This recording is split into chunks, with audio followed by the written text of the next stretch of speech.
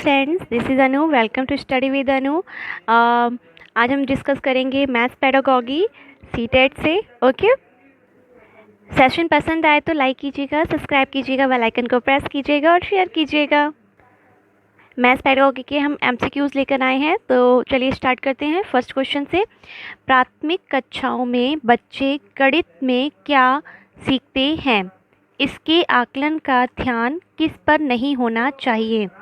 ठीक है, पहला है गणितीय अवधारणाओं को समझना, दूसरा गणितीय भाषा का विकास, तीसरा गणित की समस्याओं का जवाब देने में सटीकता, या चौथा तर्क कौशल का विकास।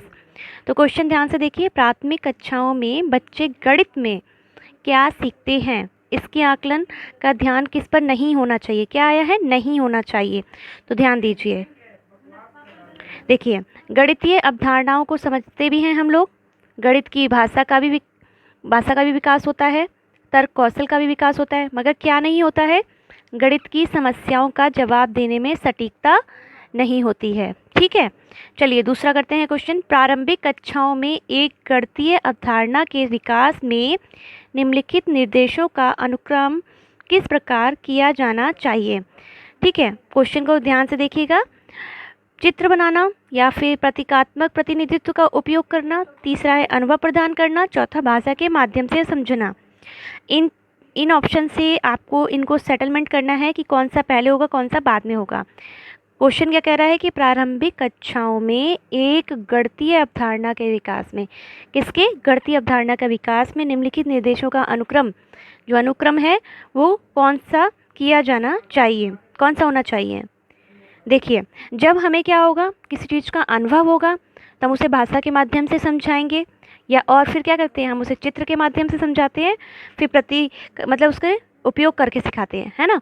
तो क्या हो गया, पहला हमारा क्या हो गया, अनुभव प्रदान करना, उसके बाद भाषा के माध्यम से समझना, उसके बाद चित्र बनाते हैं, उसके प्रतीकात्मक प्रतिनिधित्व का उपयोग करना। तो कौन सा मिल रहा है हमारे? जी, कौन सा मिल रहा है? B option. ठीक है, चलिए तीसरा क्वेश्चन देखते हैं। आकृतियों के निम्नलिखित पहलुओं में से किसका प्राथमिक स्तर से कोई संबंध नहीं है? देखिए, ध्यान से समझिएगा, क्वेश्चन क्या कह रहा है। आकृतियों के निम्नलिखित पहलुओं में से किसका प्राथमिक स्तर से कोई संबंध नहीं है? प्रतिरूप, पैटर्न, कोण, या सममिति, या चौपाड़। देखिए, आकृतियों के निम्नलिखित पहलुओं में से, आकृति कैसी होती हैं? गोल होती हैं, त्रिकोण होती हैं, त्रिभुजा होती हैं, है ना, हमारी इस टाइप की आकृति होती है। तो इनमें से कौन सी है जो नहीं है? तो कौन सी नहीं होती है? कोण नहीं होती है। ठीक, चलिए फोर्थ क्वेश्चन पे आते हैं। कक्षा 4 के अधिकतर शिक्षार्थी सोचते हैं, कौन से? कक्षा 4 के, कि दो संख्याओं के गुणन से प्राप्त संख्या, दो क्या संख्याएं हैं जिनके गुणन से क्या है, प्राप्त संख्या सदैव दोनों संख्याओं से बड़ी होती हैं। दो संख्याएं हैं जिनके गुणन से हमेशा क्या होता है, सदैव दोनों संख्याओं से बड़ी होती हैं। आप यह कैसे प्रदर्शित करेंगे कि यह सदैव सत्य नहीं होता? आप ये कैसे प्रदर्शित कर सकते हैं? पहला, एक पूर्ण संख्या और एक भिन्न के गुणन की कलन विधि को संख्या रेखा पर प्रदर्शित करके, या फिर दूसरी, किसी संख्याओं के बार बार योग के द्वारा प्रदर्शित करके, या फिर दो दशमलव संख्याओं के गुणन की कलन विधि प्रदर्शित करके, या फिर ग्रिड पेपर पर दो दशमलव संख्याओं के गुणन को प्रदर्शित करके। कैसे आप बता सकते हैं कि यह सत्य नहीं है कि दो संख्याओं के गुणन से प्राप्त संख्या जो होगी वो सदैव दोनों संख्याओं से बड़ी होती है? कैसे प्रदर्शित करेंगे? जी, हम क्या कर सकते हैं, हम एक पूर्ण संख्या और एक भिन्न के गुणन की कलन विधि को संख्या रेखा पर प्रदर्शित कर सकते हैं, संख्याओं को बार बार योग द्वारा प्रदर्शित कर सकते हैं, दो दशमलव संख्याओं के गुणन की कलन विधि प्रदर्शित करते हैं, मगर क्या चीज़ नहीं कर सकते हैं? ग्रिड पेपर पर दो दशमलव संख्याओं के गुणन को प्रदर्शित करके नहीं खोज सकते। ठीक है, फिफ्थ क्वेश्चन पे चलते हैं। देखिए, दो दशमलव संख्याओं के योग की संकल्पना को पढ़ाने के लिए निम्नलिखित में से शिक्षण अधिगम का कौन सा साधन सर्वाधिक उपयुक्त है? कौन सा साधन सबसे ज़्यादा उपयुक्त है, पूछ रहा है शिक्षण अधिगम में, किसके? दो दशमलव संख्याओं के योग की संकल्पना को पढ़ाने के लिए। पहला जियो बोर्ड है, दूसरा मोती और माला है, तीसरा ग्राफ पेपर है, चौथा गेंद तारा है। कौन सा एक ऐसा शिक्षण का साधन है जो कि दो संख्याओं को योग की संकल्पना करने के पढ़ाने में सबसे ज़्यादा उपयोगी है? जी, कौन सा है? Graph paper. 6 क्वेश्चन पे आते हैं। कक्षा 2 के विद्यार्थियों को एक शिक्षक योग या जोड़ सिखा रहा है। निम्नलिखित में से कौन सी युक्ति का अनुसरण सर्वाधिक उपयुक्त है? कौन सी क्लास बताई है? कक्षा 2 बताई है, सेकंड क्लास है। उसमें क्या बताया कि विद्यार्थियों को एक शिक्षक योग सिखा रहा है। क्या सिखा रहा है? जोड़ सिखा रहा है। निम्नलिखित में से कौन सी युक्ति का अनुसरण सबसे ज़्यादा उपयोगी है? सबसे ज़्यादा बोला गया है, देख लीजिए। पहला क्या बोला है? कक्षा 2 में शाब्दिक प्रश्नों को ना कराया जाए। कैसे? शाब्दिक जो प्रश्न होते हैं उनको ना कराया जाए। दूसरा बोल रहा है कि शाब्दिक प्रश्नों का प्रयोग केवल मूल्यांकन हेतु किया जाना चाहिए। शाब्दिक जो प्रश्न होते हैं केवल मूल्यांकन हेतु ही किया जाना चाहिए, बताइए। या तीसरा बोल रहा है योग जोड़ को शाब्दिक प्रश्नों द्वारा प्रस्तुत करना चाहिए। जोड़ को क्या करना चाहिए? शाब्दिक प्रश्नों द्वारा प्रस्तुत करना चाहिए। या चौथा है शाब्दिक प्रश्नों को अध्याय के अंत में कराया जाना चाहिए। अब अध्याय के अंत में अगर आप शाब्दिक प्रश्नों कराएंगे तो कोई मतलब ही नहीं निकलता है ना। तो आप क्या करेंगे? सबसे जो समय उपयोगी दिख रहा है वो कौन सा है? जोड़ को शाब्दिक प्रश्नों द्वारा प्रस्तुत करना चाहिए। 7 क्वेश्चन देखते हैं। गणित से भयभीत होने और उसमें असफल होने के लिए निम्नलिखित में से किसे एक कारण नहीं माना जा सकता है? गणित एक विषय है जो हमारा मैथ्स विषय है, उसमें भयभीत होने और उसमें असफल होने के लिए निम्नलिखित में से किसी एक कारण नहीं माना जा सकता।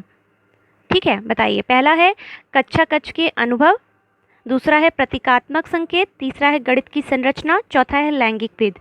बताइए कौन सा नहीं होगा? देखिए, अगर एक बच्चा है वो गणित में भयभीत हो जाता है, उसे असफलता प्राप्त होती है, उसे मैथ्स के क्वेश्चन सॉल्व करने में दिक्कत होती है, तो उसका क्या होगा? भाई कक्षा कक्ष के अनुभव हो सकता है, भाई कक्षा क्लास में नहीं कर पाता है, या फिर प्रतीकात्मक संकेत, वो संकेतों को नहीं समझ पाता है, या गणित की संरचना में दिक्कत हो सकती है। मगर वो लैंगिक भेद, ये तो नहीं हो सकता ना भाई। जेनेटिक्स कैसे हो? गणित का उससे कोई लेना देना ही नहीं है, तो लैंगिक भेद तो होगा ही नहीं। तो यही हमारा आंसर हो गया। 8 क्वेश्चन पे आते हैं। गणित के कक्षा कक्ष में दृष्टिबाधितों के लिए निम्नलिखित में से किसका प्रयोग शिक्षा के साधनों के रूप में किया जा सकता है? बोला गया है कि गणित की एक कक्षा है, उस कक्षा में क्या कहते हैं, जो दृष्टिबाधित बालक हैं, जो देख नहीं सकते हैं, उनकी शिक्षा के लिए कैसे साधनों का प्रयोग किया जाता है? पहला, टेलर का गेंद तारा या फिर भिन्न का किट होना चाहिए, या संख्या चार्ट होकर दिखा के उन्हें पढ़ाना चाहिए। दूसरा, संख्या चार्ट दिखाना चाहिए, कंप्यूटर दिखाना चाहिए, जियो बोर्ड दिखाना चाहिए।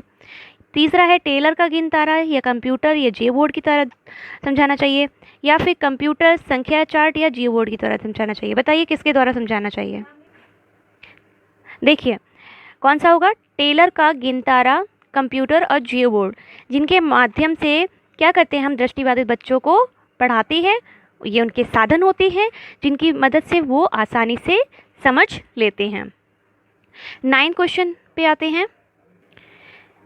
9th क्वेश्चन कहता है कि वास्तविक जिंदगी से गणित का संबंध बनाने के लिए और अंतर विषयों को विकसित करने के लिए निम्नलिखित में से किन मूल्यांकन योजनाओं का उपयोग किया जा सकता है? कैसा? वास्तविक जिंदगी से गणित का संबंध बनाने के लिए और अंतर विषयों को विकसित करने के लिए कौन सी योजनाओं का उपयोग किया जा सकता है? जैसे भाई पहले क्षेत्रीय भ्रमण, मौखिक परीक्षा या फिर ड्रिल कार्यपत्रक के द्वारा, सर्वेक्षण करके, परियोजना बना के या जांच सूची के द्वारा।